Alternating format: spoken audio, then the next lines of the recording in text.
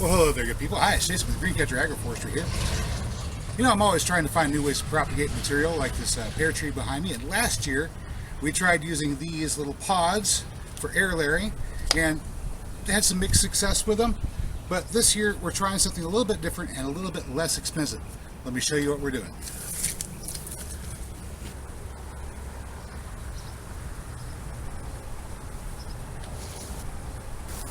Now, air layering is a great way to get new material, to propagate new material from your trees and your bushes and things like that. But it is a little bit expensive to buy those plastic pods, so I've tried to find a couple of different methods to air layer and use cheaper materials.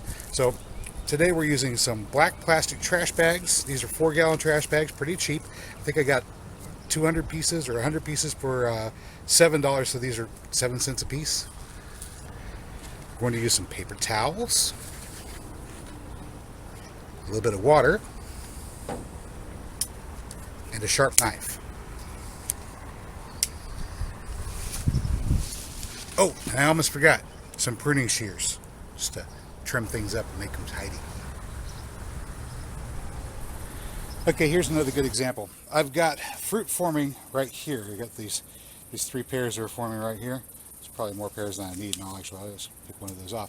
All right, but you notice if I get my clippers out and I prune out of the way here, let me get these little leaves out. All right, you can see here where the terminal bud is from last year. This is last year's growth.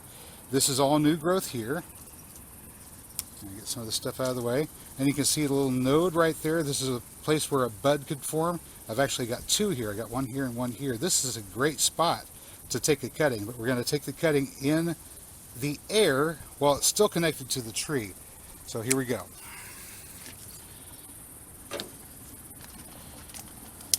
First off, we get our sharp knife. I'm going to come over here and go on one side, maybe a ½ inch to the side. Let me get this leaf out of here. So about ½ inch to the side of that node. I'm just going to bring the knife around, all the way around. So we have a ring cut around the bark, all the way around. I'm going to go to the other side of the node. So this is about maybe an inch, inch and a half altogether in between the 2 cuts. Now start here high, push down until we cut through the bark. It's best to do this with new growth. I have done it with 1-year growth, and it worked with 1-year growth as well, but new growth typically is better. It's not going to hurt the tree. It's just like pruning, only instead of removing the entire branch all at once, we're going to take a moment to slip this bark piece out right here. All right. And incidentally, since we are in the middle of a bud here, I could, if I'm careful, pull away this bark piece with that bud intact right there, and possibly use that for a bud graft, but I'm not going to. Not today, anyway. One thing at a time. So today we're working on learning how to do air layering cheaply. And once again, we get the sharp knife, and we come here to the place, the branch side, and we scrape the cambium layer away, the green stuff, and I get rid of that soft green tissue, so that there is not a connection here that the sap can flow through. This is the important part. We're separating the branch end from the main branch. And that will force the branch end to form new roots.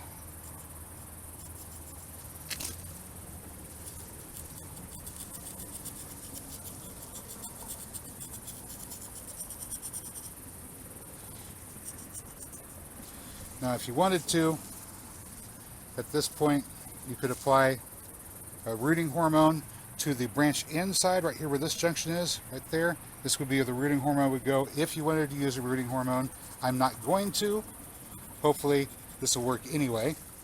Once again, I'm trying to do this as cheaply as possible.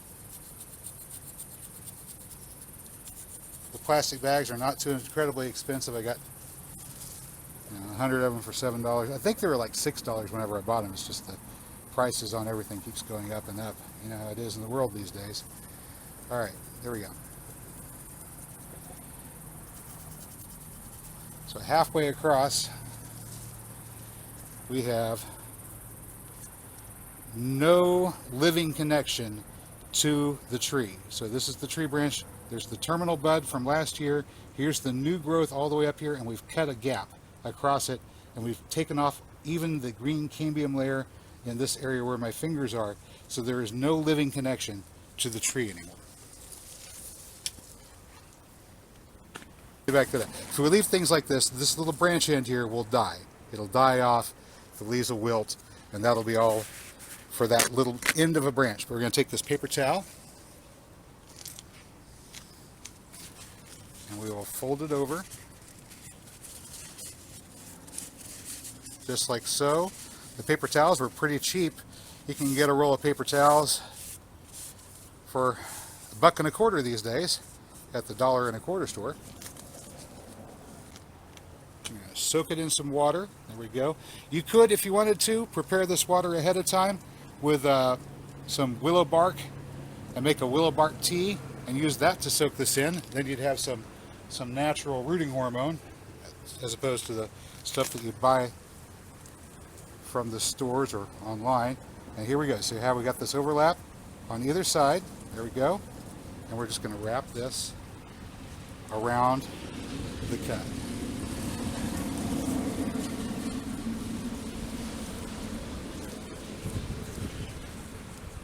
Wrapping around the cut, keeping it moist, wrapping around the cut. I want that moisture to stay right there at that spot, nice and moist.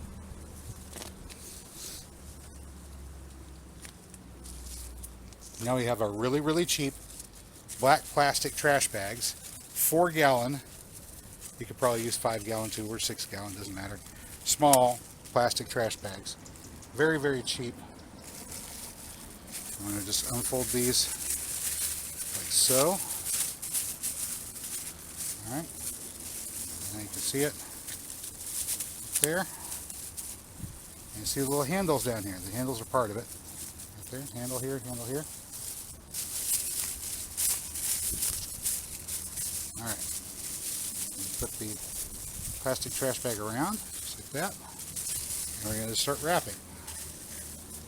Wrapping, wrapping, wrapping. As we wrap it, we're going to wrap it and get it tight around each end. We're going to tie it around the back end, closest to the tree branch end. Right?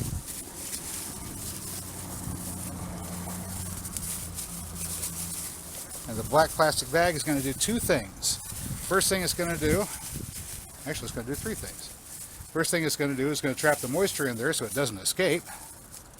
The second thing that it's going to do is keep the area where we want the roots to be forming warmed up.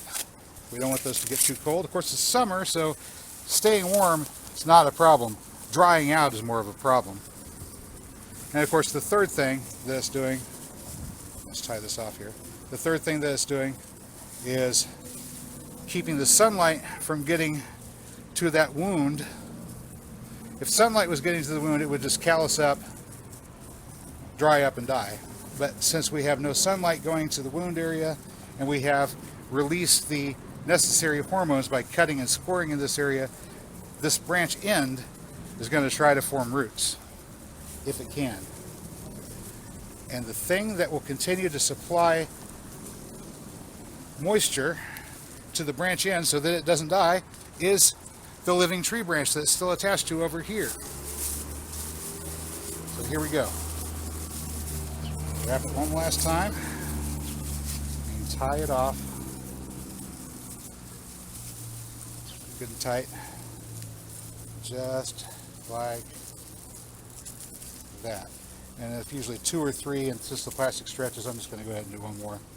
I got three little overhand knots there. That's pretty tight, and this spot right here is good and sealed. It's going to provide a channel for the sap to flow, continue to flow from the living tree branch to the part that's been severed. But the part that's been severed, since it doesn't have a cambium connection at all, and it has the hormones released from that cutting, is going to attempt to form roots, and they'll form inside this area here. Well, all right there, good people. This is air layering, just about as cheap and simple as I could possibly make it for you. Under 10 cents per brand new tree using this technique.